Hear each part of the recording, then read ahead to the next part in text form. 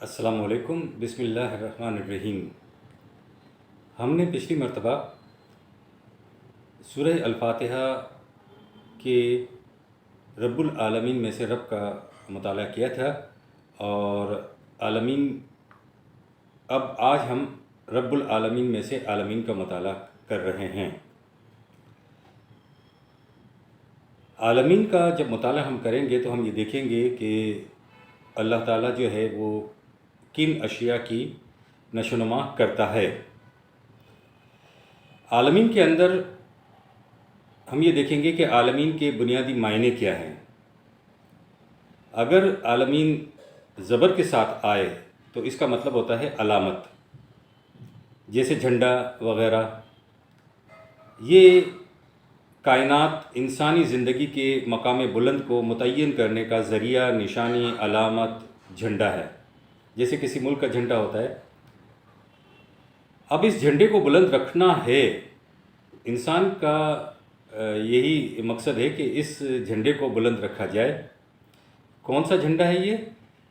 انسانی زندگی کے مقام بلند کو متعین کرنے والا، تاکہ انسان اپنے متعین بلند مقام کو حاصل کر سکے۔ یعنی انسان کا جو بلند مقام ہے، متعین مقام ہے، اس کو انسان حاصل کر سکے۔ اللہ تعالیٰ کی ذات انسان کے حیطہ ادراک سے باہر ہے، لیکن یہ کائنات اس بات کی علامت ہے کہ اس کا کوئی خالق ہے۔ یہ تو بات صحیح ہے کہ ہم اللہ تعالیٰ کا ادراک نہیں کر سکتے، لیکن یہ جو کائنات ہے وہ اس چیز کی علامت ہے کہ کوئی اس کا خالق ہے۔ قرآن مجید کائنات کو اسی لیے عالم کہتا ہے، یعنی یہ تو صرف ایک علامت ہے، ایک جھنڈا ہے، لیکن یہ علامت، یہ جھنڈا مقصود بذات نہیں ہے۔ یہ تو ذریعہ ہے کہ انسان اپنے متعین مقام کو پہچانے۔ مومن کے برعکس سائنس کائنات کو مقصود بذات سمجھتی ہے، جبکہ مومن اس کائنات سے بھی بلند اور بالا انسان کے پوشیدہ مقاصد کا علم حاصل کرنے کی کوشش کرتا ہے۔ یعنی انسان کے جو پوشیدہ مقاصد ہیں، آگے کے مقاصد ہیں، اس کو حاصل کرنے کی انسان کوشش کرتا ہے۔ یہی ہمارا دین ہے اور یہی ہمارا ایمان ہے، جبکہ سائنس اسی کائنات کو آخری سمجھتی ہے، آخری کڑی سمجھتی ہے۔ یہ کائنات تو مومن کے لیے ردا ہے، اسٹیپ ہے، سیڑھی کا کام کرتی ہے۔ یعنی سیڑھی کا جو ایک ہم چڑھتے ہیں تو ایک ایک ردا کو طے کر کے چڑھتے ہیں، تو یہ بھی ایک کائنات جو ہے یہ ایک ردا ہے، ہمیں اس سے آگے بھی جانا ہے۔ یہ دنیا ہماری کائنات ہے، فی الحال تو یہ دنیا ہی ہماری کائنات ہے، اس سے آگے تو ہم تسخیر کر رہے ہیں۔ لیکن عالم سے مراد خدا کی پیدا کردہ نامعلوم لامتناہی کائناتیں ہیں۔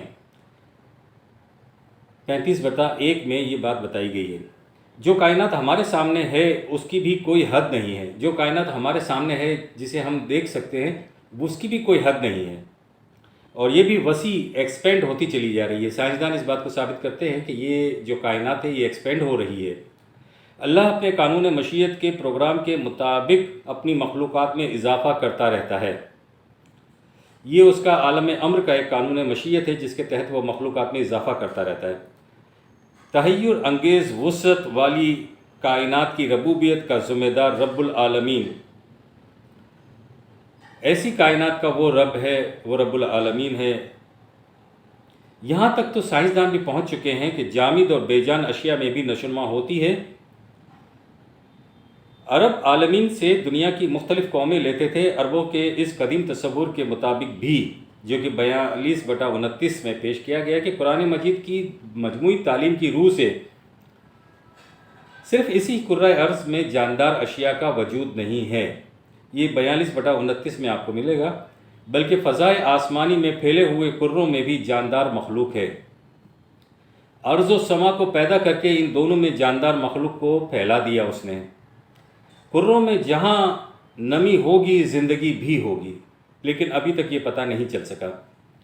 اللہ اس پر قادر ہے، جب بھی اس کے قانون مشیت کا تقاضا ہوگا، جیسا کہ عالم امر میں طے ہو چکا ہوگا، اجرام سماوی میں موجود ذی حیات کو آپس میں جمع کر دے گا۔ یعنی ایسا بھی ہو سکتا ہے کہ ایک دن ایسا آئے کہ اجرام سماوی میں جو کچھ ذی حیات موجود ہیں وہ ایک دوسرے سے رابطے میں آ جائیں۔ اگر عالمین کے مفہوم کو سمیٹ لیا جائے تو پھر عالمگیر انسانیت اور جملہ اقوام اس کا مفہوم ہوگا جیسے عرب لیتے تھے۔ اس لیے قرآن نے خود کو ذکر العالمین بھی کہا ہے، بصائر للناس اور ہدی للناس بھی کہا ہے۔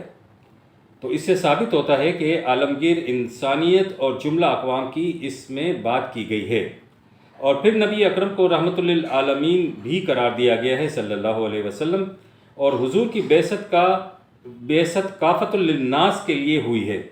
تو ان سب باتوں سے مفہوم یہی سمجھ میں آتا ہے کہ یہ عالمگیر انسانیت یا تمام قوموں جملہ اقوام کی بات کی گئی ہے۔ اس اعتبار سے رب العالمین کے معنی تمام نوع انسان کی نشو و نما کا ذمہ دار یعنی عالمگیر انسانیت کی ربوبیت کرنے والا نظام کے ہوتے ہیں۔ چونکہ قرآن نے خدائے حقیقی کے لیے عالمگیر انسانیت کے رب ہونے کا تصور دیا ہے، جو کہ 11/6 میں واضح ہے۔ کرۂ ارض پر کوئی جاندار ایسا نہیں ہے جس کے رزق کی ذمہ داری خدا نے اپنے اوپر نہ لے رکھی ہو۔ اس کا مطلب رزق کے خزانے مہیا کرنے ہیں۔ رزق کی ذمہ داری لینے کا مطلب یہ ہے کہ اس نے رزق کے خزانے مہیا کر رکھے ہیں، پکا پکایا کھانا آپ کو نہیں دیتا وہ، لیکن ان خزانوں کی پیدائش اور تقسیم انسانوں کے ہاتھوں سے ہوتی ہے۔ تہذیب اور تمدن کے آغاز ہی سے نوع انسان کو سامان نشو و نما بہم پہنچانے کی ذمہ داری مختلف گروہوں میں بٹی چلی آ رہی ہے۔ یہ تو آپ دیکھ رہے ہیں کہ یہ جو سروس کرنے کی یا جو تقسیم کرنے کی ذمہ داری ہے وہ انسان اپنے ہاتھوں سے نبھاتے چلے آ رہے ہیں، لیکن قرآن کی تعلیمات سے یہ حقیقت واضح ہو جاتی ہے کہ یہ امت مسلمہ یا جماعت مومنین جو ہیں جس کے ہاتھوں سے یہ نظام متشکل ہوگا، کیونکہ وہ یہ ایسا نظام متشکل کریں گے کہ جس سے جو ہے انسانیت کے درمیان جو نظام ہے تقسیم کا رزق کے، وہ انسانوں کے ہاتھ سے نکل کر اللہ کے نظام کے ذریعے سے کیا جائے، کیونکہ وہ اللہ کی کتاب کے دونوں حصوں پر ایمان رکھتی ہے، یعنی ایک جماعت وہ کتاب کے اس کائنات والے حصے کے ساتھ انسانی زندگی سے متعلق جو احکام والی کتاب ہے اس پر بھی ایمان رکھتی ہے۔ یعنی اس کتاب کے دو حصے ہیں، ایک تو اس میں کائنات کی بات کی گئی ہے اور ایک انسانی نظام دیا گیا ہے، دونوں وحی کے ذریعے دیے گئے ہیں، لہٰذا یہ اس دونوں پر ایمان رکھتی ہے۔ یہ نہیں ہے کہ یہ صرف جو انسانی زندگی سے متعلق احکام ہے صرف انہی کو فالو کرتی ہے۔ اسے یہ حکم ہے کہ کائنات کو تسخیر کر کے اس کے محاصل کو اقدار خداوندی کے تحت نوع انسانی کی منفعت کے لیے استعمال کیا جائے، کیونکہ جماعت مومنین ہی تو قرآن کی تعلیمات کا اتباع کرتی ہے اور یہ کام وہی کر سکتی ہے، اور اپنی انہی تعلیمات کی فضا میں اس کی ذات کی نشو و نما ہوئی ہے، یعنی وہ اسی ماحول میں رہا ہے، وہ اسی فضا میں رہا ہے، اس لیے اس کی نشو و نما ایسی ہوئی ہے کہ وہ تسخیر کائنات کر کے اس کے محاصل کو اقدار خداوندی کے تحت نوع انسان کی منفعت کے لیے استعمال کرے۔ لہٰذا اسی جماعت کے اندر یہ صلاحیت ہے کہ وہ خدا کی صفت رب العالمین کو محسوس طور پر سامنے لے کر آئے، یعنی خدا کی جو صفت ہے رب ہونے کی اس کو وہ سامنے لے کر آئے، اور نظام کے ذریعے ہی شعور کا یہ پوشیدہ پروگرام منظر عام پر آ سکتا ہے۔ یعنی اس وقت تو یہ ہمارے شعور میں ہے، ہمارے ایمان میں ہے، لیکن یہ منظر عام پر تبھی آ سکتا ہے اور اس کو جماعت مومنین ہی لا سکتی ہے۔ اللہ تعالیٰ رب العالمین کی وجہ سے مستحق حمد اور ستائش ہے۔ قرآن میں ہے کہ اللہ کی رحمت تمام اشیاء پر محیط ہے۔ عربوں نے ربوبیت کے تصور کو محسوس طور پر سمجھنے کے لیے رحمت یعنی رحم کو سامنے رکھا۔ رحم سے مراد ان کی یہ تھی رحم مادر۔ رحم مادر میں جنسی اختلاط سے جنین کی ابتدا ہوتی ہے۔ ابتدائی لائف سیل کا استقرار ہوتا ہے جس میں انسانی صلاحیتوں اور انسانی پیکر کی تمام ممکنات چیزیں مضمر ہوتی ہیں۔ جرثومی کی ربوبیت کی گئی، یعنی رحم مادر کے اندر اس جرثومے کی ربوبیت کی گئی تاکہ وہ نقطۂ آغاز سے نقطۂ تکمیل تک پہنچ جائے اور جنین انسانی صلاحیتوں والا بچہ بن جائے، یعنی وہ جو جنین جو داخل ہوا تھا سب سے پہلے وہ پورا کے پورا ایک بچہ ایسا بن جائے جس میں تمام انسانی صلاحیتیں ہوں، جسے بدلتے ہوئے تقاضوں، حالات، تقاضوں، ضروریات کے مطابق بلا مزد و معاوضہ ماں کے خون جگر کے ذریعے سے ربوبیت کرتے ہوئے نشو و نما دی گئی ہے۔ آپ جانتے ہیں کہ ماں کے پیٹ میں جب بچہ ہوتا ہے تو بدلتے ہوئے حالات اس کے اندر ہوتے ہیں، تقاضے ہوتے ہیں، بچے کی ضروریات ہوتی ہیں، تو اس کو بلا مزد و معاوضہ جو ہے رزق ملتا ہے، لیکن یہ رزق وہ والا نہیں ہوتا جو ہم کھاتے ہیں۔ یہ رزق جو ہے ماں کے خون جگر کے ذریعے سے ملتا ہے اسے، اور یہ اس ربوبیت کے نظام کے ذریعے سے اللہ تعالیٰ اس کی نشوونما کرتا ہے۔ یہ اس نشوونما سے مختلف تھی جو اسے دنیا میں میسر ہوتی ہے۔ یہ ہے وہ رحمت جسے اس نے ربوبیت عالمینی کے بعد ذکر کیا ہے۔